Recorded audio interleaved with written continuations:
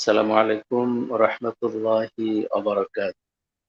সুধী মণ্ডলী, এই মুহূর্তে বিশ্বের যে প্রান্ত থেকে আমাদের সাথে যুক্ত আছেন এবং যুক্ত হবেন, আমি আপনাদের সকলকে স্বাগত জানাচ্ছি। আমি মোস্তাফিজুর রহমান খান। আপনারা দেখছেন উন্মুক্ত মাদ্রাসা কর্তৃক আয়োজিত রাসূল করিম সাল্লাল্লাহু আলাইহি ওয়াসাল্লামের জীবনী বিষয়ক আলোচনা। সুধী মণ্ডলী, আমি আমাদের এই আলোচনায় আপনাদেরকে স্বাগত জানিয়ে আমি আমাদের আজকের সম্মানিত একক আলোচক, আমাদের সম্মানিত মেহমানের সাথে আপনাদেরকে পরিচয় করিয়ে দিচ্ছি। আজকে আমাদের সাথে আলোচনায় এই মুহূর্তে যুক্ত হয়েছেন বিশিষ্ট ইসলামী চিন্তাবিদ, প্রথিতযশা আলেমে দ্বীন এবং দাঈ ইলাল্লাহ হযরত আল্লামা শাইখ লুৎফুর রহমান। উস্তাদ, আসসালামু আলাইকুম ওয়া রাহমাতুল্লাহি ওয়া বারাকাতুহু। ওয়ালাইকুম আসসালাম ওয়া রাহমাতুল্লাহি ওয়া বারাকাতুহু। উস্তাদ, আপনি কেমন আছেন? আলহামদুলিল্লাহ, আলহামদুলিল্লাহ। আল্লাহর শুকর, আল্লাহ ভালো রেখেছেন। আলহামদুলিল্লাহ। উস্তাদ, আমাদের প্রোগ্রামে আপনাকে স্বাগত জানিয়ে আমরা আমাদের মূল প্রোগ্রামের দিকে চলে যাচ্ছি। সুধী মণ্ডলী, ওকে। আপনারা দেখছেন যে রাসূল করিম সাল্লাল্লাহু আলাইহি ওয়াসাল্লামের জীবনের উপরে আলোচনা পেশ করবেন শাইখ লুৎফুর রহমান। সুধী মণ্ডলী, আল্লাহ সুবহানাহু ওয়া তাআলা সূরা আল আহজাবের 21 নম্বর আয়াতে বলেছেন যে লাকাদ কানা লাকুম ফি রাসূলিল্লাহি উসওয়াতুন হাসানাহ। রাসূল করিম সাল্লাল্লাহু আলাইহি ওয়াসাল্লাম জীবনের মধ্যে রয়েছে আমাদের জন্য সর্বোত্তম আদর্শ। সেই আদর্শ খুঁজে পেতেই আমাদের আজকের এই প্রচেষ্টা। আমরা আমাদের সম্মানিত উস্তাদের কাছ থেকে আমরা এই বিষয়ে আলোচনা শুনবো এবং সত্যিকার অর্থে রাসূল করিম সাল্লাল্লাহু আলাইহি ওয়াসাল্লামের আদর্শ, তার জীবন থেকে শিক্ষাগুলো গ্রহণ করে সেই আদর্শগুলো আমাদের জীবনের সাথে ধারণ করে আমরা যেন আমাদের জীবনকে পরিবর্তন করতে পারি, গঠন করতে পারি। আমরা যেন আমাদের জীবনকে আল্লাহ সুবহানাহু ওয়া তাআলার মাকবুল বান্দা হিসেবে গঠন করতে পারি, তার জান্নাতি বান্দা হিসেবে গঠন করতে পারি। এই রমজানকে আমরা যেন কাজে লাগাতে পারি, সেই প্রত্যাশায় আমরা শুরু করছি আমাদের আজকের আরো অনুষ্ঠান রাসূল করিম সাল্লাল্লাহু আলাইহি ওয়াসাল্লামের জীবন বিষয়ে আলোচনা। আজকের বিষয় রাসূল করিম সাল্লাল্লাহু আলাইহি ওয়াসাল্লামের মদিনা জীবন। আমি আলোচনা পেশ করবার জন্য আমাদের সম্মানিত উস্তাজ শাইখ লুৎফুর রহমানকে বিনীতভাবে অনুরোধ করছি। উস্তাজ, প্লিজ। আসসালামু আলাইকুম ওয়া রাহমাতুল্লাহি ওয়া বারাকাতুহু। নাহমাদুহু ওয়া নুসাল্লি আলা রাসূলিহিল কারীম। আম্মা বা'দু ফাআউযু বিল্লাহি মিনাশ শাইতানির রাজীম। বিসমিল্লাহির রাহমানির রাহিম। দূরে এবং কাছে, দেশে এবং প্রবাসে এই মুহূর্তে যারা আমাদের উন্মুক্ত মাদ্রাসা জীবনের শিক্ষণীয় প্রোগ্রাম, এ অনুষ্ঠান, জীবন ঘনিষ্ঠ অনুষ্ঠানে সম্পৃক্ত এবং একাত্ম হয়েছেন, তাদের সবাইকে আমি আহলান সাহলান, খোশ আমদেদ জানিয়ে শুরু করছি আজকে নির্ধারিত বিষয়ের উপরে আলোচনা। আজকে আমরা আপনাদের সাথে আলোচনা করব, আমি কথা বলবো সরকারে দো আলম হুজুর নবী করিম সাল্লাল্লাহু আলাইহি ওয়াসাল্লামের মাদানী জিন্দেগি, মদিনার জীবন। এর আগে আমরা দুইটা পর্বে আপনাদের সাথে আলোচনা করেছিলাম মক্কি জিন্দেগি, মক্কার জীবনকে দুই ভাগে হুজুরের আগমন, জন্ম থেকে শুরু করে নবুয়তের পূর্ব পর্যন্ত প্রথম পর্যায়ে আমরা আলোচনা করেছি। আর দ্বিতীয় পর্যায়ে নবুয়ত লাভের পর থেকে হিজরত পর্যন্ত, এর আগে আপনাদের সামনে আমি পেশ করেছিলাম। আজকে হিজরতের পর থেকে শুরু করে নবী পাক সাল্লাল্লাহু আলাইহি ওয়াসাল্লামের ইন্তেকাল, বিদায় পর্যন্ত আসলে হুজুরের মদিনার জীবনটা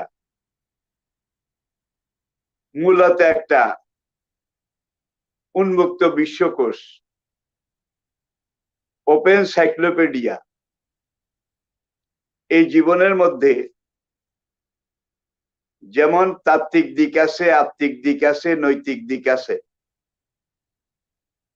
তারই সঙ্গে সঙ্গে মদিনার এই জীবন এটার সাথে সম্পৃক্ত আল্লাহর জমিনে আল্লাহর দিন কায়েম, সাইলে একামতে দিন,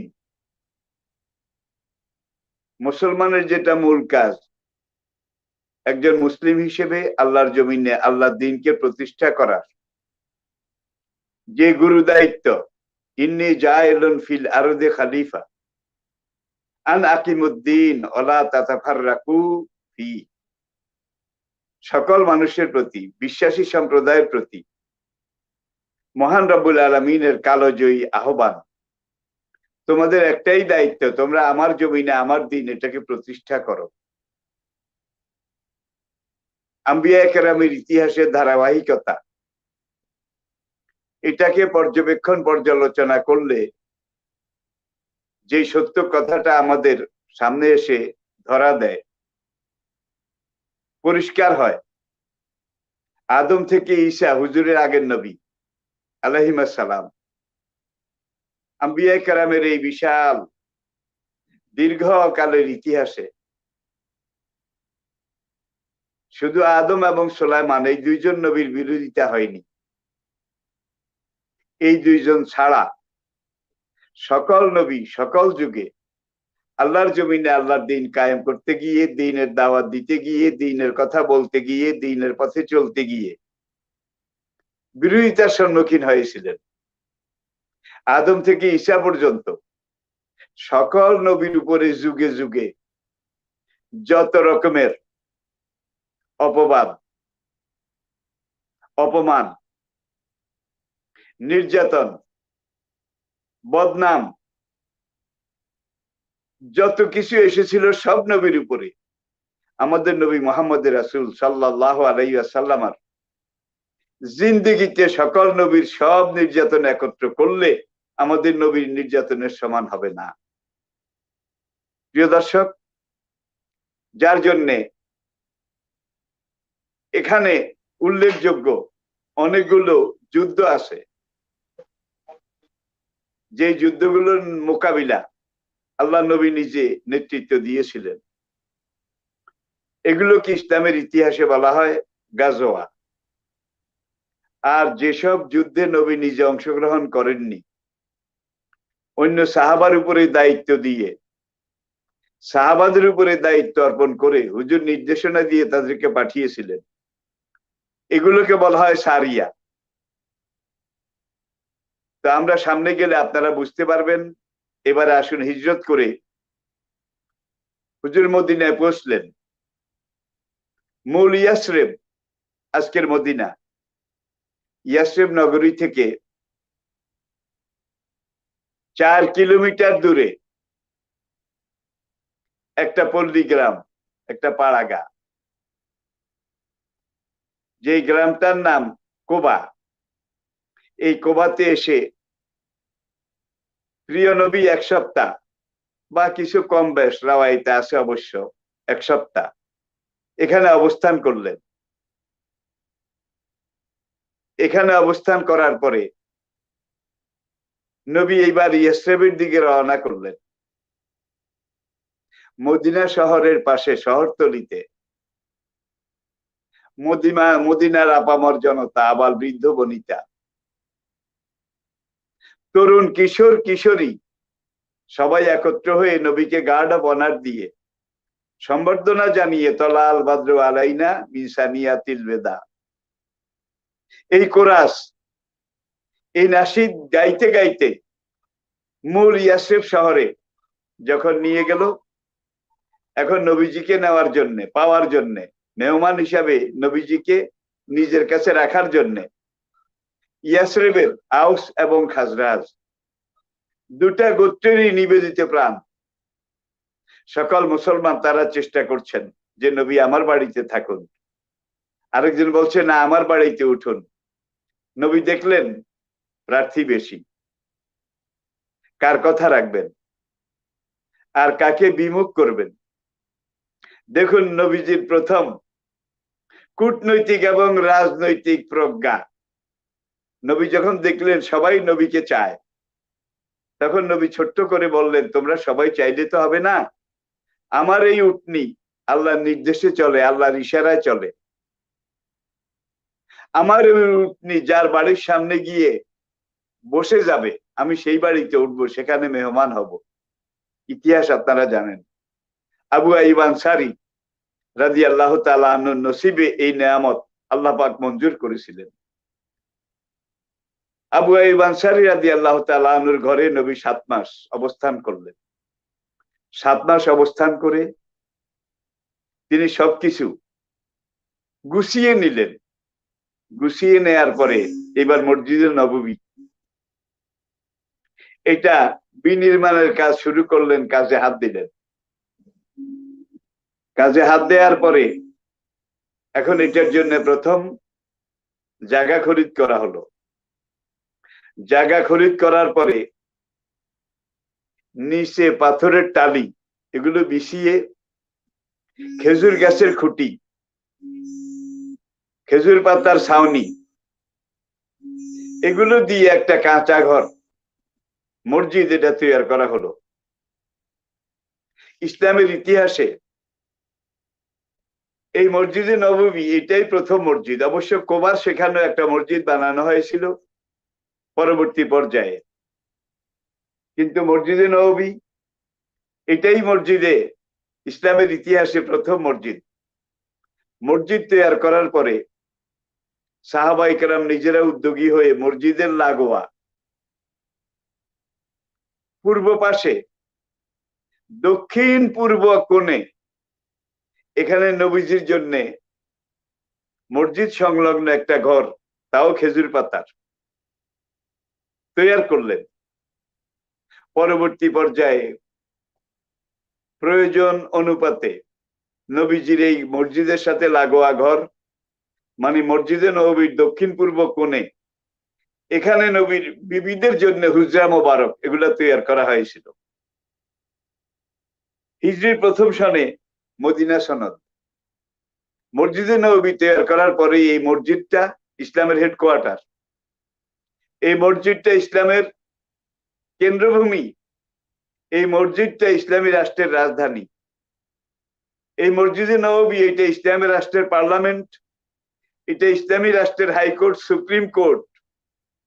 এই মসজিদে নববী এটা ধর্মীয়, তাত্ত্বিক, আত্মিক, নৈতিক সকল কাজের পুরোধা কেন্দ্রবিন্দু হিসেবে রোম পারস্য বিজয়ের যে অভিযান তার পরামর্শ পর্যন্ত এই মসজিদে লেখা হয়েছে। দুনিয়ার বিভিন্ন রাজা বাদশাদের কাছে যত চিঠি, আন্তর্জাতিক চিঠিপত্র, সন্ধি এগুলো এই মসজিদে হয়েছিল। যার জন্য এই মসজিদে নববী এটার অবদান ইসলামের ইতিহাসে উল্লেখ করতে গেলে আমি শেষ করতে পারবো না। 7টি ধারা ছিল মদিনা সনদে। প্রথম ধারা যেটা মুসলমান, হিন্দু, খ্রিস্টান, মজুস, অগ্নিপূজক, মুশরিক এরা সবাই যারা মদিনায় বসবাস করে আসছে, ইয়াসরিবে বসবাস করে আসছে, তারা একই রাষ্ট্র, একই দেশের নাগরিক। দেশের নাগরিক হিসাবে কে মুসলিম, কে ইহুদি, কে খ্রিস্টান এই পরিচয় কেউ বহন করবে না। তাদের একটা পরিচয় হবে যে আমরা মদিনা রাষ্ট্রের নাগরিক। এই নাগরিকের মধ্যে মুসলমান থাকবে, ইহুদি থাকবে, খ্রিস্টান থাকবে, মুশরিক থাকবে, মজুস থাকবে। তাহলে দুনিয়ার প্রথম যে রাষ্ট্রের গোড়াপত্তন মদিনা সনদের মাধ্যমে নবী করেছিলেন, এবং মদিনা সনদের প্রথম শর্ত যেটা সেটাতে দেখা গেল এবং বোঝা গেল মদিনা একটা multi national country. I repeat, multi national country, বহুজাতিক রাষ্ট্র হিসাবে মদিনা রাষ্ট্রের গোড়াপত্তন শুরু থেকেই হয়েছিল। দ্বিতীয় ধারা সেখানে বলা হয়েছিল বাইরের কোন শত্রু যদি মদিনা আক্রমণ করে অথবা মদিনার কোন গোত্রের উপরে, চাই মুসলমান, চাই খ্রিস্টান, চাই ইহুদি, তখন মুসলমানের উপরে আক্রমণ হয়েছে আমরা যাব না, ইহুদির উপরে আক্রমণ হয়েছে আমরা যাব না, এটা বলা যাবে না। সবাই মিলে সমবেত ভাবে ওই দুশ্মনের মোকাবিলা করতে হবে। মুসলমানের উপরে আক্রমণ হয়নি, মদিনার নাগরিক, মদিনা রাষ্ট্রের উপরে আক্রমণ হয়েছে। সুতরাং আমরা সবাই মিলে এই আক্রমণ প্রতিহত করব। প্রিয় দর্শক, একটিবার খেয়াল করুন, এই মদিনা সনদের দিকে যদি আমরা তাকাই, একবার নিরীক্ষণ পর্যবেক্ষণ করি, নবীজির রাজনৈতিক প্রজ্ঞা কত নিখুঁত, কত নির্ভুল, কত উচ্চাঙ্গের ছিল। অবশ্য পরবর্তী পর্যায়ে এসে মুসলমান ইয়াসরিব যাওয়ার আগে, মদিনা যাওয়ার আগে, মদিনা পুরা এলাকাটা, শহরটা ইহুদি অধ্যুষিত ছিল, ইহুদির সংখ্যা বেশি ছিল। মদিনার ব্যবসা বাণিজ্য, মদিনার অর্থনীতি, মদিনার সবকিছু ইহুদিদের কুক্ষিগত ছিল। বিশেষ করে ব্যবসায়ের ক্ষেত্রে তারা এমন একটা সিন্ডিকেট গঠন করে রেখেছিল, যেখানে অন্য কোনো জাতি ধর্মের মানুষ এসে নাক গলানো, দাঁত বসানো, এমনকি কথা বলা পর্যন্ত সম্ভব ছিল না। আপনারা জানেন যে আল্লাহ নবী শেষ মুহূর্ত পর্যন্ত মদিনা সনদের প্রত্যেকটা চুক্তি এগুলা রক্ষা করেছিলেন, মেনে চলেছিলেন। কিন্তু ইহুদি, এই জাতিটা দুনিয়ার সবচাইতে জিগজাগ জিগজাগ আঁকা বাঁকা এমন একটা জাতি, যারা যুগে যুগে বাদরামি করেছে, যুগে যুগে তারা গাদ্দারি করেছে, যুগে যুগে যারা ইসলাম এবং মুসলমানের বিরুদ্ধে ষড়যন্ত্র করেছে। এটা করে করে কোন কোন নবীর আমলে এরা বান্দরে পরিণত হয়েছিল। এটা কোরআনের ঘোষণা, আপনারা জানেন। সেই ইহুদি জাতি তারা, তাদের মধ্যে বনু কায়নুকা এই সম্প্রদায় প্রথম বদরের যুদ্ধ যেদিন সংগঠিত হয়েছিল, বনু কায়নুকা ইহুদিদের একটা উল্লেখযোগ্য গোত্র, আরো অনেকগুলো গোত্র ছিল। তারা প্রথম গাদ্দারি করেছিল, মদিনা সনদের সন্ধি চুক্তি এটা ভঙ্গ করেছিল। পরবর্তী পর্যায়ে আমরা দেখি উহুদের যুদ্ধের সময় এবং তারা ব্যবহৃত পরে বনু কুরাইজা তারা সন্ধি চুক্তি ভঙ্গ করেছিল। তারপরে বনু নাজির তারা সন্ধি চুক্তি ভঙ্গ করেছিল। তাহলে ইহুদিদের যতগুলো গোত্র ছিল, সম্প্রদায় ছিল, তারা সবাই সন্ধি চুক্তি ভঙ্গ করেছিল। প্রিয় দর্শক, হিজরি দ্বিতীয় সনে কেবলা পরিবর্তন। মদিনা শহরের লাগোয়া পার্শ্ববর্তী আর একটা মসজিদ আজও রয়েছে, যে মসজিদটাকে বলা হয় মসজিদে কেবলা। তাই হিজরি দ্বিতীয় সনে নবীজি সেখানে সালাত আদায় করছিলেন। 4 রাকাত নামাজের 2 রাকাত যখন হয়েছে, অর্থাৎ নামাজের অর্ধেক যখন শেষ হয়েছে, জিবরাইল এসে এই নামাজ পড়া অবস্থায় ওহী নাজিল করলেন, ফাওয়াল্লি ওয়াজহাকা শাতরাল মাসজিদিল হারাম। তখন আল্লাহ নবী যে কয়েকজন সাহাবা তার সাথে জমাতে শামিল ছিলেন, সবাইকে নিয়ে এই নামাজ পড়া অবস্থায় কেবলা পরিবর্তন করে বাইতুল মাকদাসের দিক থেকে কেবলা পরিবর্তন করে বাইতুল্লাহ, মসজিদে হারাম এটার দিকে রুজু হয়েছিলেন এবং এই বাইতুল্লাহ, মসজিদে হারাম এটাকে কেবলা করে বাকি অর্ধেক নামাজ এটা শেষ করেছিলেন। এই মসজিদে এই প্রথম। এর আগে কিন্তু এই মসজিদটাতে হিজরত করার পরেও নবীজি 1 বছরেরও বেশি সময়, 18 মাস নির্ভরযোগ্য রাওয়ায়েতে বাইতুল মাকদাসের দিকে কেবলা বানিয়ে নামাজ আদায় করেছিলেন 18 মাস, মানে 1.5 বছর পরে এই মসজিদে কেবলা তাইনে সালাতরত অবস্থায় আল্লাহ পাক কেবলা পরিবর্তনের নির্দেশ দান করেছিলেন। আবার এই হিজরি দ্বিতীয় সনে আল্লাহ রাব্বুল আলামিন মুসলমানদের উপরে ইসলামের কালোজয়ী বিধান রমজান মাস রোজা এটা ফরজ করেছিলেন। অবশ্য মক্কায় থাকতেও নবীজি প্রতি মাসে 3 দিন রোজা পালন করতেন। চন্দ্র মাসের 13, 14, 15, যেটাকে আমরা বলি আইয়ামে বীজ। হিজরি দ্বিতীয় সনের রমজান মাস আপনারা জানেন, দ্বিতীয় হিজরির রমজান মাস। এই রমজান মাসে 17ই রমজান বদরের যুদ্ধ সংগঠিত হয়েছিল। ইসলামের এটাই প্রথম সর্বাত্মক যুদ্ধ, যে যুদ্ধে মুসলমান 313 জন, তাও অস্ত্রশস্ত্র কিছুই ছিল না, হাতে গোনা কয়েকজন। আর তার বিপরীতে সশস্ত্র দুর্ধর্ষ মূল্যবান অস্ত্রশস্ত্রে সুসজ্জিত কুরাইশ বাহিনী ছিল 1000, 3 গুণেরও বেশি।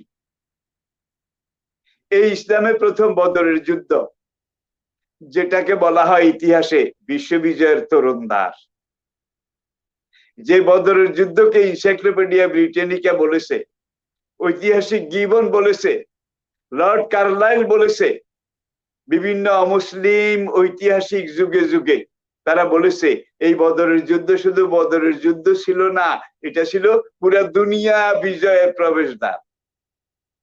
সেই বদরের যুদ্ধ 2য় হিজরির রমজান মাস 17 তারিখ এটা সংগঠিত হয়েছিল, এবং এই যুদ্ধে 13 জন মুসলমান শাহাদাত বরণ করেছিলেন। আর আবু জাহেল, উতবা, ওলীদ, মুগীরা, রবিয়া, সায়বা, উমাইয়া, কুরাইশদের 70 জন বড় বড় নেতা, তারা এই বদরের যুদ্ধে মুসলমানদের হাতে নিহত হয়েছিল। আল্লাহ নবী নিজের হাতে যুদ্ধ শেষ হওয়ার পরে, কুরাইশরা পালিয়ে যাওয়ার পরে একজন একজন করে তাদেরকে শনাক্ত করেছেন। হাজা আবা জাহাল, হি is Abu Jahl, he is Utba, he is Rabia, he is সায়বা।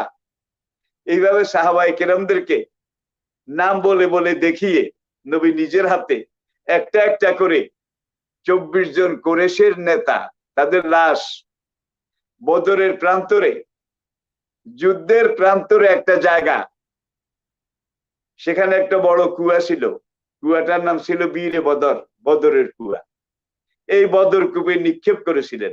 Bukhari শরীফে এটা এইভাবে এসেছে যে আরবা ওয়া ইশরুনা মিন সানাদিদে কুরাইশ, কুরাইশের 24 জন নেতার লাশ আল্লাহর নবী গুনে গুনে বদরের কুয়ার মধ্যে নিক্ষেপ করেছিলেন। এখানে একটা জিনিস প্রণিধানযোগ্য,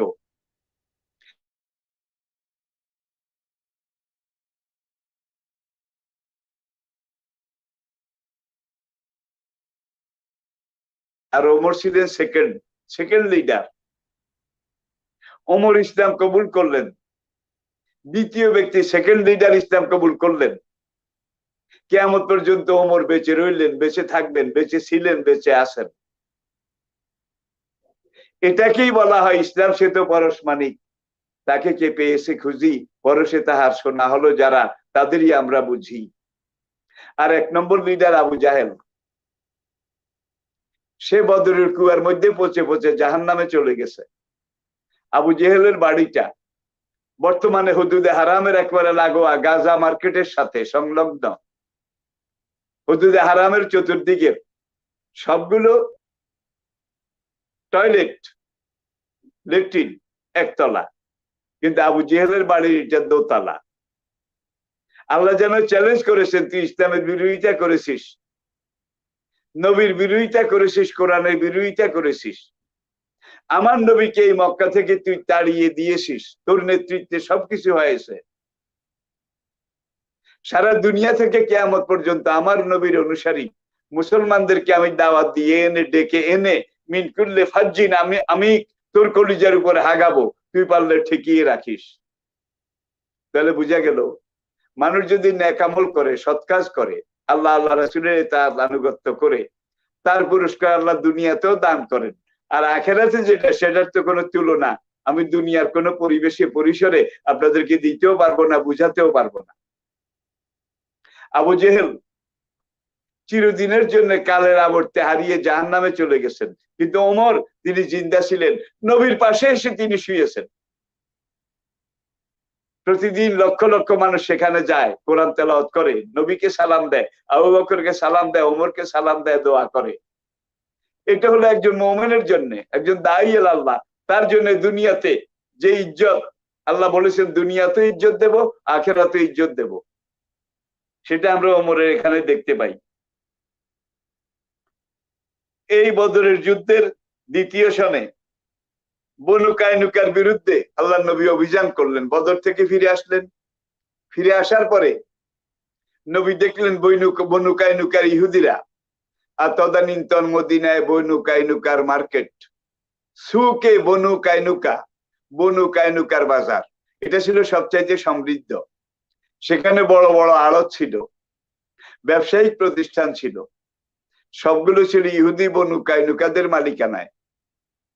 এখানে আরো অনেক ইতিহাস আছে। এখানে একজন মুসলিম মহিলা সওদা কিনতে গিয়েছিলেন, সেখানে একজন ইহুদি এই মহিলাকে অপমানিত করার চেষ্টা করেছিল।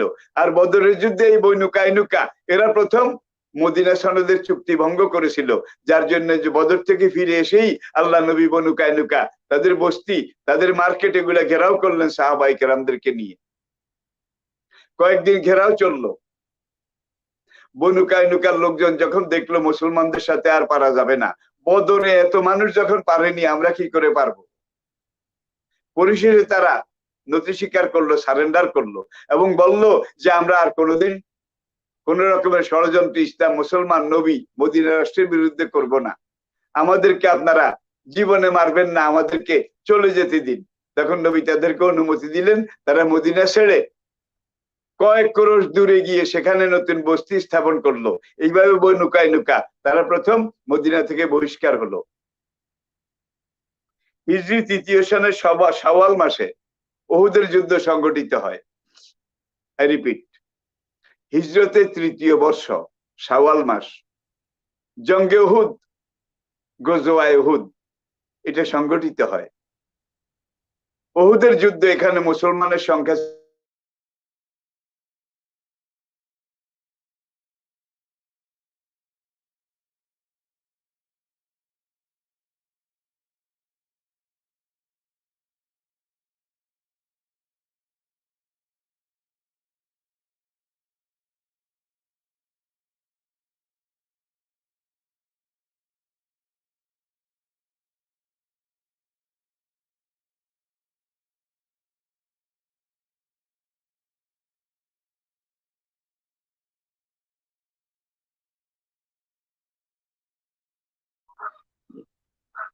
প্রিয় নবীর ওয়ার স্ট্র্যাটেজি, রণকুশলতা এবং তার সূক্ষ্মতা এখানেই আমরা সবচেয়ে ভালো করে অবলোকন করতে পারি। নবী সবসময় যুদ্ধের খবর গোপন রাখতেন। নবী প্রতিপক্ষের উপরে একবারও জীবনে আগে আক্রমণ করেননি, আক্রান্ত হওয়ার পরে প্রতিরোধ যুদ্ধ করেছেন। আজকে দুনিয়ার যেখানে যুদ্ধ শুরু হয় তখন এই পক্ষ বলে আমরা আক্রান্ত, ওই পক্ষ বলে আমরা আক্রান্ত, কেউ বলে না যে আমরা আক্রমণকারী। তাহলে সবাই বলতে চায় আমরা যে যুদ্ধে লিপ্ত হয়েছি এটা আমাদের আক্রমণাত্মক নয়, বরং প্রতিহত করা। তো নবীর এইটাই পলিসি ছিল। সর্বোপরি আল্লাহর নবী বদরের যুদ্ধের আগেই চৌকস কিছু যুবক সাহাবী, তাদেরকে দিয়ে একটা সেনা গোয়েন্দা বিভাগ গঠন করেছিলেন। সেনা গোয়েন্দা, আর্মি ইন্টেলিজেন্ট, এদের দায়িত্ব ছিল মদিনা থেকে দূরে গিয়ে, আশেপাশে গিয়ে, এখানে ওখানে গিয়ে তদানীন্তন সবচেয়ে বড় দুশ্মন কুরেশ বাহিনী, মক্কার লোকজন, তাদের গতিবিধি এগুলো পর্যবেক্ষণ করা এবং নবীজির নলেজে আনা। তারা মদিনা থেকে দূরে গিয়ে গিয়ে কোন জায়গায় কুরেশের কোন লোক এসেছিল কিনা, মক্কার কোন লোক দেখা গেছে কিনা, তাদের গতিবিধি কেমন, তারা কোন দিকে লক্ষ্য করে, কোন দিকে যায়, তারা কি বলা বলি করে, এগুলা পর্যন্ত তারা ডায়াগনোসিস করে নবীজির কাছে এনে বলতো অমুক জায়গায় আমরা 2 জন লোক দেখেছি, অমুক জায়গায় 3 জন, অমুক জায়গায় 5 জন, তারা এই কথাবার্তা বলছে। এই তাহলে দুনিয়াতে প্রথম সেনা গোয়েন্দা, আর্মি ইন্টেলিজেন্ট, যার মধ্যে হযরত সোহাইব রুমি রাদিয়াল্লাহু তাআলা আনহু, যার মধ্যে হযরত আসিম রাদিয়াল্লাহু তাআলা আনহু, যার মধ্যে হযরত খুবাইব বিন আদি রাদিয়াল্লাহু তাআলা আনহু, যাদের নাম সোনার অক্ষরে আমরা জানতে পেরেছি। এখন উহুদের যুদ্ধে আল্লাহর নবী ফজরের নামাজের পরে মসজিদে নববীতে মিম্বারে দাঁড়িয়ে ঘোষণা দিলেন, আইয়ুহাল ইখওয়াত ফিল ঈমান তাল মাই, হে আমার দ্বীনী ভাইয়েরা, তালাও, তোমরা বের হও আমার সাথে, চলো। কিন্তু কোথায় চলবে, কি জন্যে, কেন, এর গোটা পরিকল্পনা সারা রাত নবীজি একা করেছিলেন। এবং সেনা গোয়েন্দা, আর্মি ইন্টেলিজেন্ট, তারা এসে যখন নবীজিকে খবর দিয়েছিল উহুদ পাহাড়ের পেছনে পাদদেশে মক্কার এই এত এত লোক, 1000-এর কিছু বেশি, কম বেশ 1000, আমার ভুল হয়েছে, কম বেশ 3000, তারা উহুদ পাহাড়ের পিছনে এসে জমায়েত হয়েছে, তারা মদিনা আক্রমণ করবে। আল্লাহর নবীর এখানে সর্বসাইকুল্যে সাহাবা ছিল 1000। 1000 সাহাবাকে নবী ঘোষণা দিলেন, চলো আমার সাথে, যার যা আছে এটা নিয়ে, বেশি হাতিয়ারের দরকার নেই, বদর এটার প্রমাণ।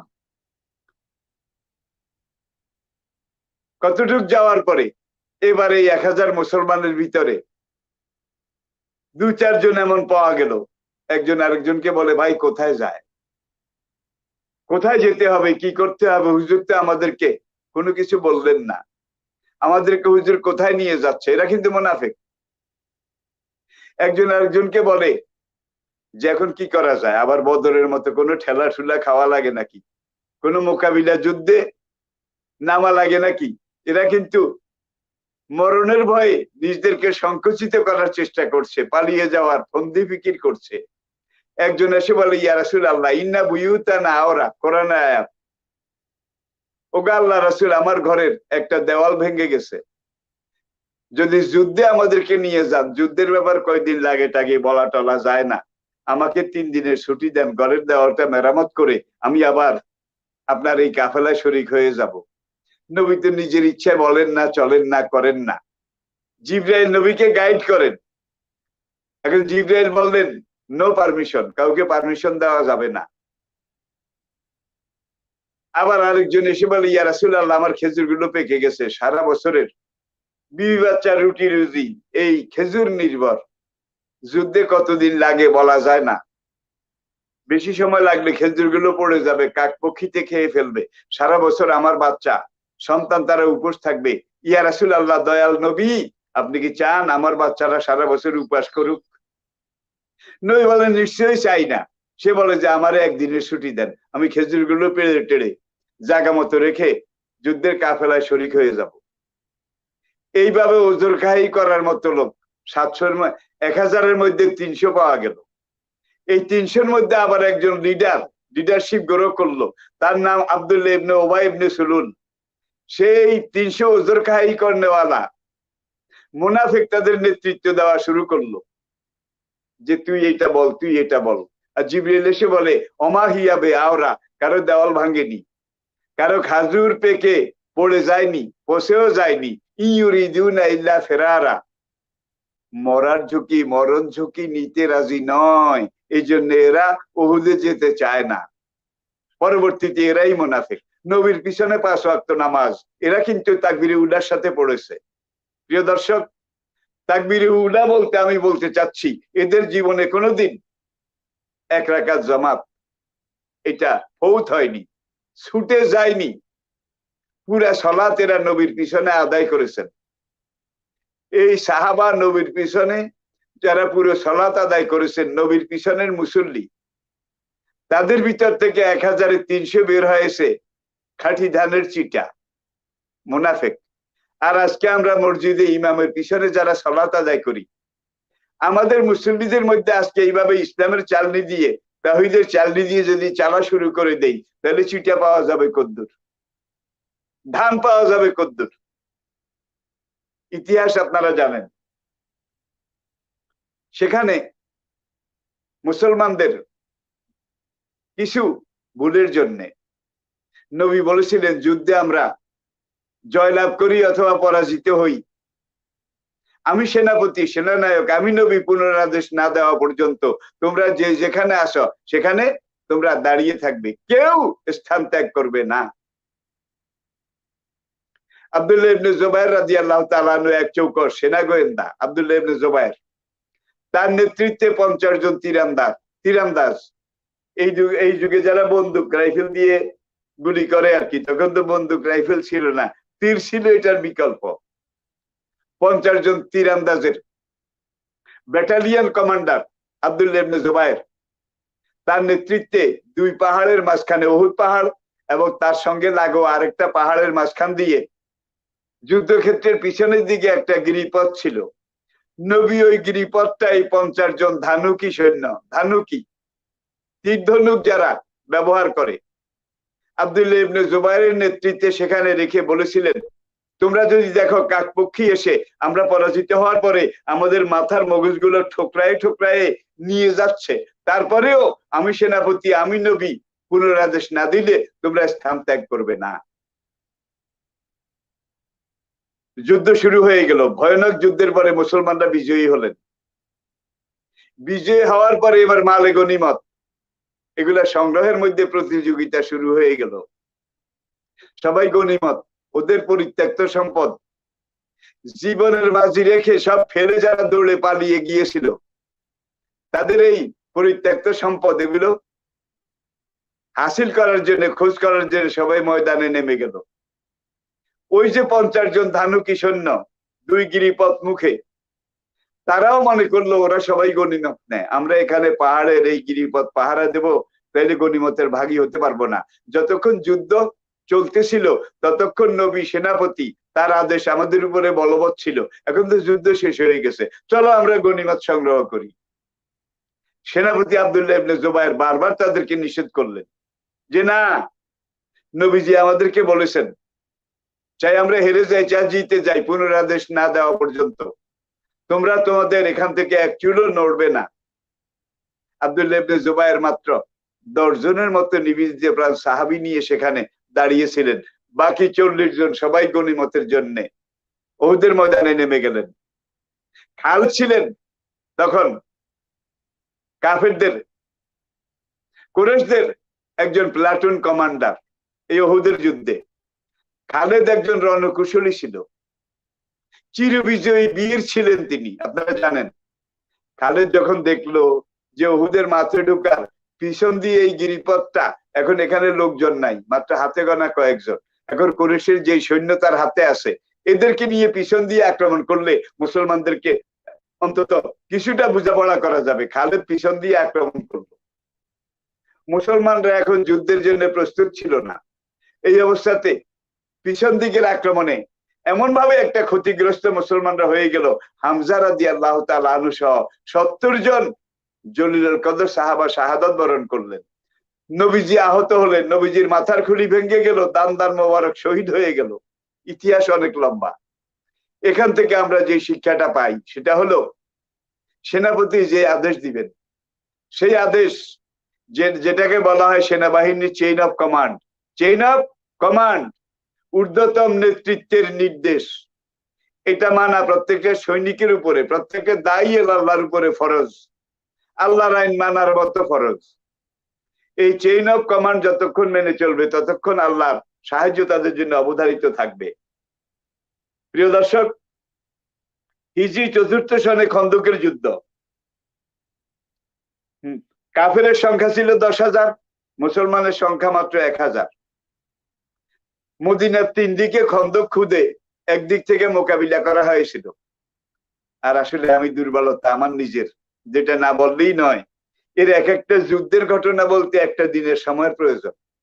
আর এতগুলো যুদ্ধ আমি কিভাবে কি বলবো আমি তো দিশে পাচ্ছি না, যার জন্য আমি শুধু এই টাচ করে করে যাচ্ছি।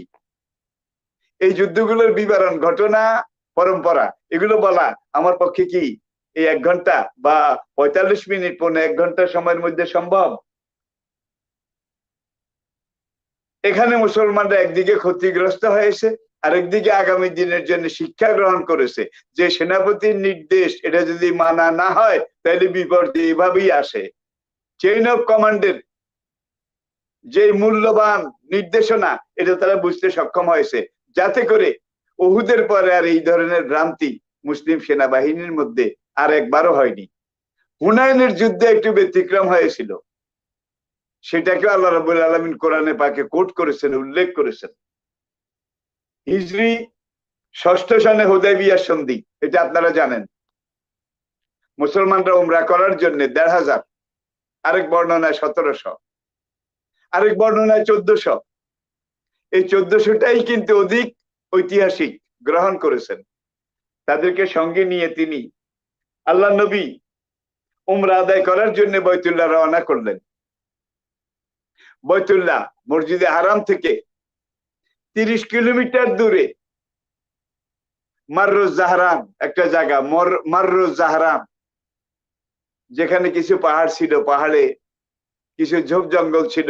এই এলাকায় এসে নবী থামলেন, মক্কাতে লোক পাঠালেন যে আমরা মদিনা থেকে এসেছি, আমি মোহাম্মদ আমার নেতৃত্বে মুসলমানরা বাইতুল্লাহ তওয়াফ করবে, সাফা মারওয়া সাই করবে এবং তারা এই হজ করে আবার মদিনা ফিরে যাবে। আপনারা জানেন সেখানে কাশমকাশ হলো, বার্গেনিং হলো, বাগ বিতণ্ডা হলো। পরিশেষে কুরাইশরা সিদ্ধান্ত নিল যে এই বছর মুসলমানদেরকে মক্কায় ঢুকতে দেওয়া হবে না। আগামী বছর মুসলমানরা এসে আজকের এই উমরা বা হজ এটাকে কাজা আদায় করবে। আল্লাহ নবী উসমান রাদিয়াল্লাহু তাআলা আনহুকে কুরাইশ নেতাদের সামনে পাঠালেন, তুমি গিয়ে বুঝিয়ে বলো। ওরা উসমান রাদিয়াল্লাহু তাআলা আনহুকে 3 দিন আটকায় রাখলো। 3 দিন আটকায় রাখার পরে যখন উসমান আর ফিরে আসলেন না, গুজব রটে গেল কাদ কুতেলা উসমান, উসমানকে শহীদ করে দেওয়া হয়েছে। মুসলমানরা আবার নবীর হাতে হাত দিয়ে জীবন দেওয়ার পণ করলেন, যেটাকে বলা হয় বাইতে রিদওয়ান, জীবন দেওয়ার জন্য শপথ। যখন মুসলমানরা শপথ করে মক্কার দিকে ঢোকার প্রস্তুতি গ্রহণ করলেন, তখন আবু জাহেলদের টনক নড়ল। তারা এগিয়ে এসে বলল, ঠিক আছে আসো, তুমি আর আমরা, হে মোহাম্মদ তুমি এবং আমরা, আসো একটা সন্ধি করি। এই সন্ধি চুক্তির মধ্যে কয়েকটা শর্ত ছিল, যে শর্তের মধ্যে যে কোনো 3 এবং 4, যে কোনো মক্কার লোক যদি মদিনায় যায়, ইসলাম গ্রহণ করে, তাইলে মদিনার কর্তৃপক্ষ মানে মুহাম্মদ সাল্লাল্লাহু আলাইহি সাল্লাম মক্কার ওই লোকটাকে মক্কাবাসীর কাছে ফিরিয়ে দিতে বাধ্য থাকিবে। আবার পরের শর্ত, মদিনার কোন লোক যদি মক্কায় আসে, তাইলে মক্কার কর্তৃপক্ষ ওই লোকটাকে মদিনা কর্তৃপক্ষের হাতে ফিরিয়ে দিতে বাধ্য থাকিবে না। আলী চুক্তি লিখতেছিলেন। এখন মক্কার লোক মদিনায় গেলে মুসলমানরা ফিরিয়ে দিতে বাধ্য থাকবে, কিন্তু মদিনার লোক মক্কায় আসলে মক্কাওয়ালারা ফেরত দেবে না। আলীর একটু প্রেস্টিজে লাগলো। আলী বললেন, হুজুর তাদের লোক আসলে আমরা ফেরত দিতে বাধ্য থাকবো, আর আমাদের লোক মক্কায় গেলে তারা ফেরত দেবে না। মরে গেলেও আমরা পৌঁছে যাইনি। আমাদের গ্রাম বাংলার কথায় একটা পরিভাষা, চুক্তির খেতা কিলাই, চুক্তির খেতা কিলাই। তিনি কলম ছেড়ে দিলেন। আল্লাহু আকবার। নবী কত বড় পলিটিশিয়ান, কত বড় দূরদর্শী, যে না আলী কিভাবে লিখলে। আবার আরেক জায়গায় শুরু, চুক্তি লেখা শুরু, মিম মুহাম্মদুর রাসূলুল্লাহ ইলা রুয়াসায়ে মক্কা, আল্লাহ রাসূল মুহাম্মদ এবং মক্কার কুরাইশদের মাঝে এই চুক্তি। আবু লাহাব, আবু সুফিয়ান, আবু লাহাব নয়, কারণ বদরের পরে সবগুলো চুক্তি, যুদ্ধ, জেহাদ সবকিছুর মধ্যে কিন্তু কুরাইশের নেতৃত্ব এই আবু সুফিয়ানের হাতে ছিল। এই আবু সুফিয়ান এক বনের এক বাঘ। এটা ছাড়া বদরে কিন্তু বাকি সব নেতা, সব লিডার আল্লাহর খাতায় জমা হয়ে গিয়েছিল, এটা আপনারা জানেন। এখন আবু সুফিয়ান বলল যে তুমি তো রাসূলুল্লাহ নয়, তোমাকে রাসূলুল্লাহ মানি না, মানিনি, মানবো না, এই জন্যই তো তোমার সাথে আমাদের এই সংঘাত, এই সংঘর্ষ। এখন এই হুদায়বিয়ার সন্ধি চুক্তিতে মুহাম্মদুর রাসূলুল্লাহ আর কুরাইশদের মাঝে এই চুক্তি। রাসূলুল্লাহ তুমি যদি লেখো আর আমরা দস্তখত দেই, তাহলে তোমাকে রাসূল হিসাবে লিখিতভাবে মেনে নেওয়া হয়ে যায় আমাদের কূটনৈতিক এবং রাজনৈতিক পরাজয়। আমরা চুক্তি না হলেও তোমাকে রাসূলুল্লাহ, এটা আমরা লিখে চুক্তি, এটা স্বাক্ষর করব না। নবী বললেন, কিভাবে লিখলে ভালো হয়? কয় লিখবা মিম মুহাম্মদ ইবনে আব্দুল্লাহ, আব্দুল্লাহর পুত্র মুহাম্মদ। হুজুর আলীকে বললেন, বাবা রাসূলুল্লাহ কোনখানে লিখেছ? হুজুর তো পড়তে জানতেন না, লিখতে জানতেন। আলী দেখাই দিলেন এইটুক। নবী নিজের হাতে ওইটা কাটলেন, কেটে দিয়ে বললেন, তুমি এইটার উপরে এইবার লেখো মুহাম্মদ ইবনে আব্দুল্লাহ। এইভাবে হুদায়বিয়ার সন্ধি চুক্তি হয়েছিল। 10 বছর কোনো যুদ্ধ হবে না, 1 নম্বর চুক্তি। 10 বছর কোনো যুদ্ধ হবে না, কেউ কাউকে প্রতি আক্রমণ করবে না। সবচেয়ে পজিটিভ রেজাল্ট হুদায়বিয়ার সন্ধিতে যেটা এসেছিল, সেই রেজাল্টটা ছিল 10 বছর যুদ্ধ নয়। এই চুক্তি বলে আল্লাহ নবী মদিনায় ফিরে গিয়ে দেশে বিদেশে বিভিন্ন রাজা বাদশাহ তাদের কাছে চিঠি লিখে লিখে ইসলামের দাওয়াত, চিঠি লিখে লিখে ইসলামের দাওয়াত এটা দিতে সক্ষম হয়েছিলেন, এবং ইসলামের দাওয়াতি কাজের জন্য উন্মুক্ত একটা পরিবেশ পেয়েছিলেন। যে হুদায়বিয়ার সন্ধিকে আল্লাহ পাক সূরা ফাতহা কোরআনে পাকে নাজিল করে বলেছেন, ইন্না ফাতাহনা লাকা ফাতহাম মুবিনা। হুদায়বিয়ার সন্ধি তো হুদায়বিয়ার সন্ধি নয়, মক্কা বিজয়ের প্রবেশদ্বার ছিল, আর বদরের যুদ্ধ বিশ্ব বিজয়ের তরুণদ্বার ছিল। প্রিয় দর্শক, হিজরি 7ম সালে খাইবার যুদ্ধ, মুসলমান 1600, ইহুদি 20,000। এই যুদ্ধে 15 জন মুসলমান শহীদ হন এবং 93 জন ইহুদি নিহত। ঠিক এই 7ম হিজরি সনেই হুজুর আগের বছর হুদায়বিয়া সন্ধির যে উমরা কাজা হয়েছিল সেটা আদায় করলেন। হিজরি 8ম সনে 10,000 মুসলিম সেনা নিয়ে আল্লাহ নবী মক্কা বিজয় করলেন। আর মক্কা বিজয়ের দিন আল্লাহ নবী কাবা ঘর এটা বিগ্রহ প্রতিমা মুক্ত করে কাবাকে ধুয়ে মুছে পরিষ্কার করে এইবার ঘোষণা করলেন, মান দাখালা দারা আবু সুফিয়ান ফাহুয়া আমেন। আবু সুফিয়ানের ঘরে যে গিয়ে আশ্রয় নেবে তাকে আমি নিরাপত্তা দান করলাম। যে ব্যক্তি কাবা ঘরে এসে আশ্রয় গ্রহণ করবে তারই নিরাপত্তা দান করলাম। যে ব্যক্তি আপন ঘরের দরজা বন্ধ করে থাকবে, রাস্তায় নেমে আমার কোনো মুসলমানের উপরে ঝাঁপিয়ে পড়বে না, মোকাবিলা করবে না, তাকে নিরাপত্তা দান করলাম। এইভাবে নবী একে নিরাপত্তা, ওকে নিরাপত্তা, ওকে নিরাপত্তা, এইভাবে যখন নিরাপত্তা দান করা শুরু করলেন, নিরাপত্তা দান করা শুরু করার পরে এখানে একটা জিনিস পরবর্তীতে ঐতিহাসিকগণ যে জিনিসটা এখান থেকে অ্যানালাইসিস করেছেন, সেটা হলো আল্লাহ নবী মান দাখালা দারা আবু সুফিয়ান ফাহুয়া আমেন। আবু সুফিয়ানের ঘরে যে প্রবেশ করবে তাকে আমি নিরাপত্তা দিচ্ছি। অথচ আবু সুফিয়ান ছিল বদরের পর থেকে নবীর সবচেয়ে বড় প্রতিদ্বন্দ্বী। আর এই কথা বলে নবী পুরো আবু সুফিয়ান মক্কার লোক তাদেরকে নরম করে ফেললেন। জনতা মক্কার লোক চিন্তা করলো যে আবু সুফিয়ান নবীর এত বড় শত্রু, সে আবু সুফিয়ানের ঘরে প্রবেশ করলে তাকে নিরাপত্তা দান করা হবে। এবং নবী ঘোষণা করলেন, আবু সুফিয়ান যদি এই মুহূর্তে ইসলাম গ্রহণ করে তাইলে মুসলমান হওয়ার শর্তে মক্কার পৌর কর্পোরেশনের মেয়র পদে আবু সুফিয়ানকে আমি বহাল ঘোষণা করলাম। আল্লাহু আকবার।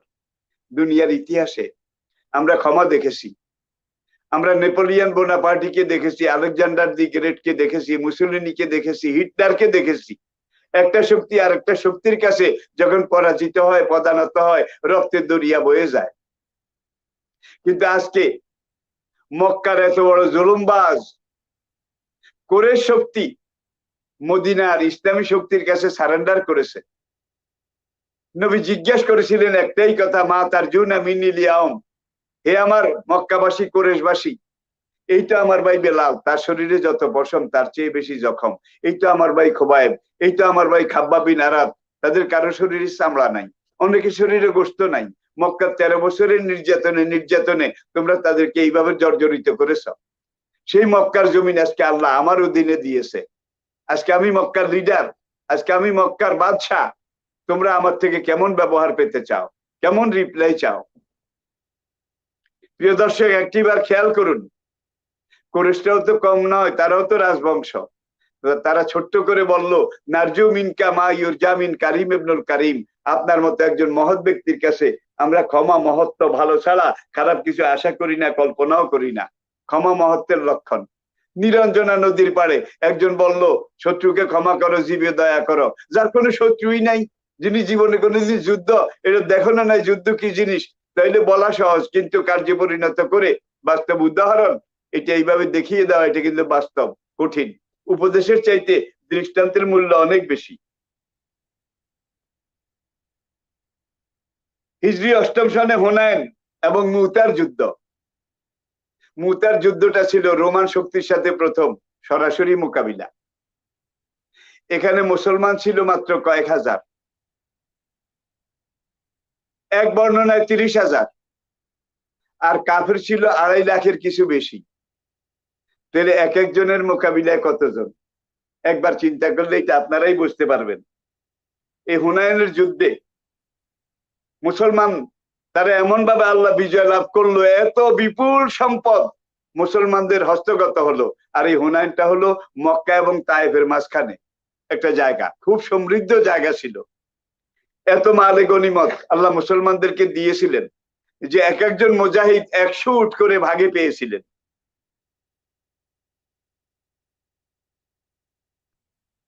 তাবুক অভিযান হিজরি নবম সন, রজব মাস, মুসলমান 3000,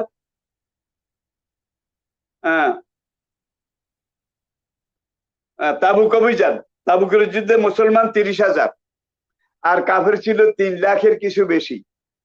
তাবুক মাঝখানে মুতা অভিযান, এই মুতার যুদ্ধে আল্লাহ নবী 3 জন সেনাপতি সিলেক্ট করেছিলেন, এটা আপনারা জানেন। প্রথম জাফর, জাফর যদি শহীদ হয় তাহলে প্রথম জায়েদ, তারপরে জাফর, তারপরে আব্দুল্লাহ ইবনে রাওয়াহা, এই 3 জন শহীদ হলে তোমরা সেনাপতি বানিয়ে নিও। ঠিক তাই হয়েছিল। জায়েদ শহীদ হলেন, জাফর দায়িত্ব গ্রহণ করলেন, জাফর শহীদ হলেন, আব্দুল্লাহ ইবনে রাওয়াহা দায়িত্ব গ্রহণ করলেন। আব্দুল্লাহ ইবনে রাওয়াহা শহীদ হলেন, তখন মুসলমানরা খালিদ ইবনে ওলীদ তাকে সেনাপতির দায়িত্ব দিলেন এবং খালিদের হাতে মুতার যুদ্ধে মুসলমানরা একটা পূর্ণাঙ্গ বিজয় লাভ করেছিলেন। হিজরি 10ম সনে বিদায় হজ, যে বিদায় হজ্জে 1,24,000 মুসলমান অংশগ্রহণ করেছিলেন। লক্ষাধিক মুসলমান এই বিদায় হজ্জে এসেছিল। 11 হিজরির সফর মাস, সফর মাসের শেষের দিকে প্রিয় নবী অসুস্থ হয়ে গিয়েছিলেন। সফর মাসের শেষ বুধবার, যেটাকে আমরা বলি আখেরি 4 সোমবার, এই সফর মাসের শেষ বুধবার নবী অসুস্থ হয়েছিলেন। সফরের বাকি এই কয়দিন আর রবিউল আউয়ালের 12 তারিখ নবীজি দুনিয়া থেকে চির বিদায় নিয়ে চলে গিয়েছেন। এটি ইতিহাস, আপনারা জানেন। আল্লাহ পাক আমাদেরকে বুঝার তৌফিক দান করুন। ওমা আলাইনা ইল্লাল বালাগ ওয়া আখির দাওয়ানা আলহামদুলিল্লাহি রাব্বিল আলামিন। আসসালামু আলাইকুম ওয়া রাহমাতুল্লাহি ওয়া বারাকাতুহু। জি, ক্লোজ করো। উস্তাদ, অনেক শুক্রিয়া, অনেক অনেক শুক্রিয়া। আপনি আমাদেরকে সময় দিয়ে আলোচনা করেছেন, অনেক চমৎকার আলোচনা হয়েছে। আল্লাহ রাব্বুল আলামিন আমাদেরকে এই সুন্দর আলোচনা থেকে শিক্ষা গ্রহণ করে আমাদের জীবনকে সুন্দর করবার এবং রাসূলের উম্মত, যোগ্য উম্মত হবার মতো তৌফিক দান করুন। সুধী মণ্ডলী, আমিন আপনারা যারা আমিন। এতক্ষণ পর্যন্ত আমাদের সাথে ছিলেন, আপনাদের সবাইকে ধন্যবাদ এবং মোবারকবাদ জানাচ্ছি। সেই সাথে আবারও তুমি আগামী পর্বের আলোচনাটা জেনে কনফার্ম হয়ে নাও, আমি উঠে প্রকাশ করে আমরা আমাদের আলোচনা এখানে শেষ করছি। আসসালামু আলাইকুম ওয়া রাহমাতুল্লাহি ওয়া বারাকাতুহু।